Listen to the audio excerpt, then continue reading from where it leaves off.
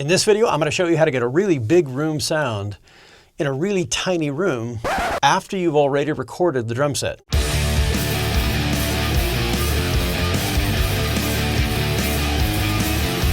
Hey guys, it's Steve from Fiddler Night Studio, and a question that I get asked a lot is how to get a big drum room sound if you only have a small space to record in. And this room is actually pretty tiny. We're really looking at like 6 by 8. The thing that saves it is it's got fairly high ceilings, 12-foot ceilings, but that's unusual, I think, for most people in a small room setting, especially if it's things like a bedroom or something like that. You're likely to have 8-foot ceilings, which means it's going to be pretty small.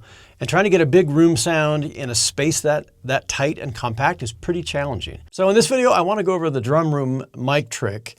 And this was a technique that was taught to me when I had the good fortune of working in some really nice studios in Los Angeles.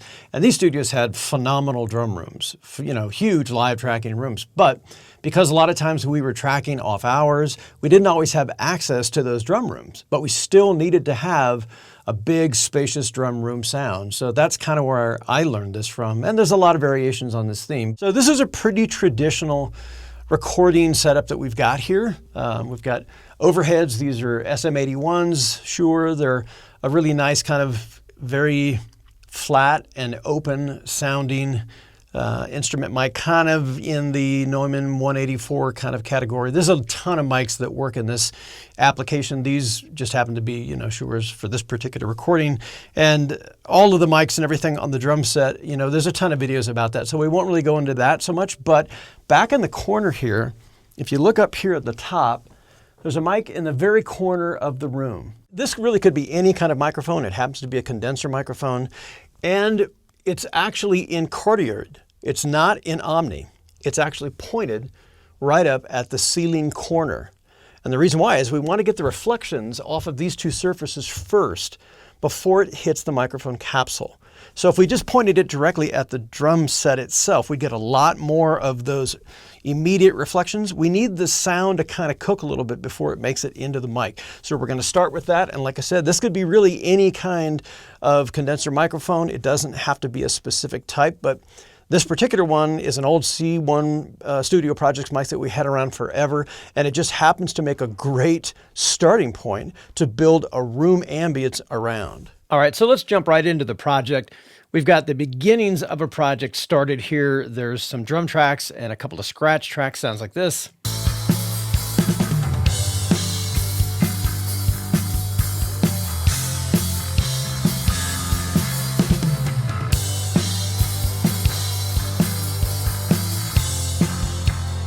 We'll go ahead and mute the scratch tracks.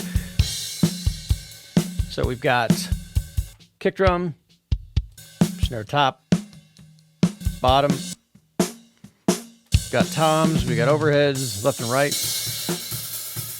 and then the room mic. And this is Kalen from the Vanderwalls. The Vanderwalls is just an amazing Northwest band. I'll leave their information in the links below so you guys can check them out. And we've done several albums with them, and this is just some pre-production scratches that we're starting at the very beginning of a project. So as you can hear, this is a very tight and very focused and very dry drum sound.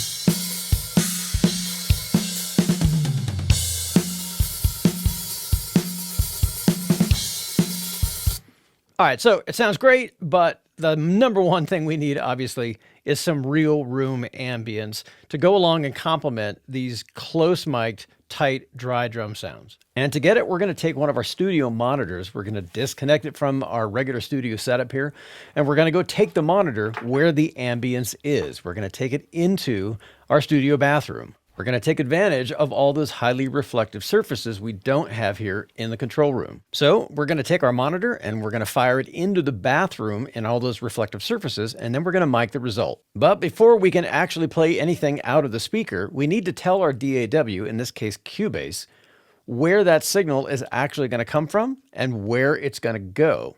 This process is known as reamping, and I've done an entire video series on it, and I'll leave that in the links below. But the long and short of it is this.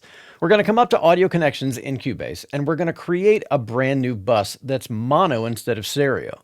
And then we're going to take our drum room sound and assign it to that brand new output bus. This technique requires that your audio interface has more than just the left and right outputs to use. If you have a lot more, then a lot more will show up, but we only need one additional output. It is possible to use your right and left main outputs, but it's a bit more involved. Once we've created the additional output, we can go to our drum room track and we can select that new output as our direct out for the drum room sound. And our channel output fader will control the level that goes to the new bus. There's a couple of variations on this theme that involve adding things like additional effects to our actual channel before it hits that output bus. But for the time being, we're just going to leave it exactly the way it is and send it directly to the brand new bus we just created. And just to keep things neat and tidy, we're going to move it over next to our mains output bus so we can see both side by side and verify the signal. Now, when we hit playback, we can verify that we have our project audio going out our mains in stereo and our mono audio from the drum room going out our new bus. From here, we plug a cable into the hardware output we just assigned our new software bus to. And obviously your audio outputs are going to look different because your interface is different. They might be 1/4-inch line level outputs, or they might be XLR microphone style outputs like we have on our audio interface. The other end of that cable simply plugs into the powered monitor inside the bathroom. Then we're going to set up a couple of different microphones to record the result of all those frequencies bouncing around that reflective surface. Now, if you only have one microphone to use, that'll work fine as well.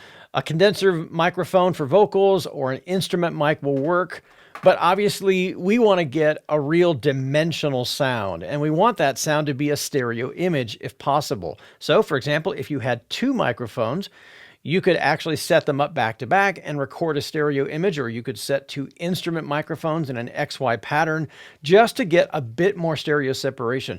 We're actually going to use what's known as a mid-side microphone technique, and this requires two microphones, but one of them has to be able to produce what's known as a figure-8 polar pattern.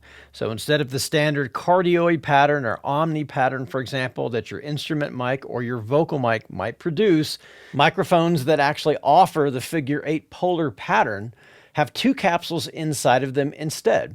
And they're facing away from one another, which allows them to pick up audio from opposite sides. And then we're going to use a single capsule microphone on top of that. And this collection of capsules is known as mid-side. And this is a very controllable way to determine exactly how wide the stereo field is. We'll talk a bit more about that in a minute. But the long and short of it is that the bottom microphone that produces the figure-8 pattern goes left and right, while the top microphone's capsule goes straight forward. So they make kind of a cross. Even though both microphones only produce a mono output, they go back to our audio interface, and then we'll show you how to decode that to get a stereo result. So it's time to make the microphone connections and cabling, and then we're going to run those two signals back into our audio interface and create a couple of audio tracks to record the result. We'll take our top microphone and we'll plug that into our audio interface.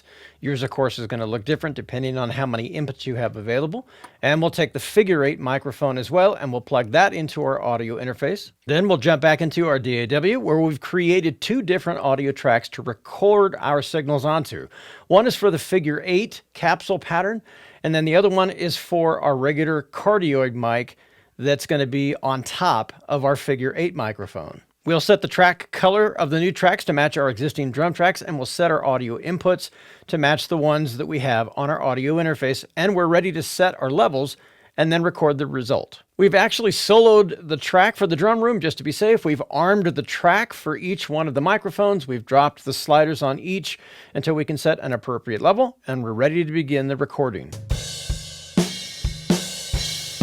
This process has to be done in real time, just like any other external audio recording, because it's got to go out the audio interface all the way to the bathroom and then back into the audio interface and into our DAW. And this is one area where if there's any latency at all, it actually works to our advantage. Back over in our DAW, it's time to decode the results. First, we want to disable the bus that we created, and we'll drop the slider on the drum room. Then we're going to take our figure-8 mic and duplicate the track. We'll title one figure-8 left and the other right, and we'll pan these tracks hard left and right. We'll leave the mono mic straight up in the stereo field, and we'll assign all three tracks to our drum room bus in the main project. This is where our original drum room track used to go to. And the last setting we're going to change that makes this decoding process work is we're going to come up to our channel settings on one of our figure 8 channels. And we're going to flip the phase of that channel 180 degrees. So our first figure 8 channel, which is hard left, that's going to be normal phase. But our second figure 8 channel, which is panned hard right, will be flipped. That'll be its phase at 180 degrees. And this is what makes the decoding process actually work. Let's bring the levels of our new tracks up to a pretty good starting point. And we'll also group these tracks into a folder to make A being the difference a little easier to hear. We'll title the folder Room.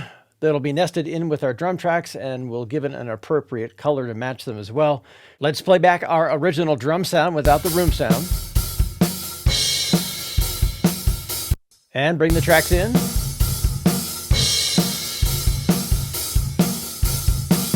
Out. All right, so let's solo these tracks and get a better idea of what's going on here. Let's listen to just the mono mic. Figure 8 right. Figure 8 left. Listen to what happens when we drop the mono microphone.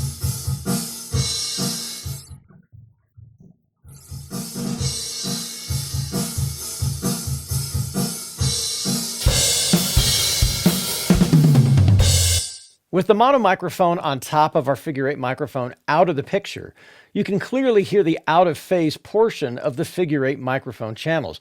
But as we bring up the center microphone, we have direct and surgical control over how wide the stereo field actually becomes. This is why the mid-side mic technique is so popular. You get surgical control over the stereo width.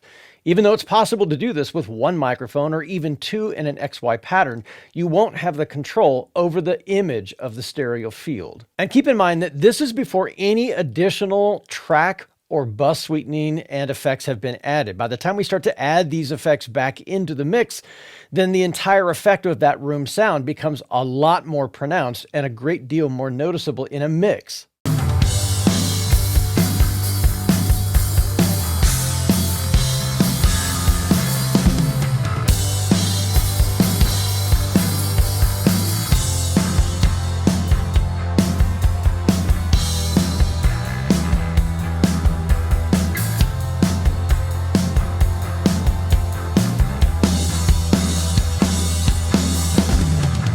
So as you can see and hear, even if you're not starting out with a world-class drum recording studio to record your kit in, it doesn't mean you can't get world-class drum sounds, even from a really dead and small space like this. Hey, thanks for hanging out, guys. I really appreciate it. If this was helpful in any way, please hit the subscription and notification bells. It helps keep a channel like this going, and it helps me make more videos like this. Stay safe, be creative, add something creative to the world. They could really use it. Take care. We'll catch you guys in the next video.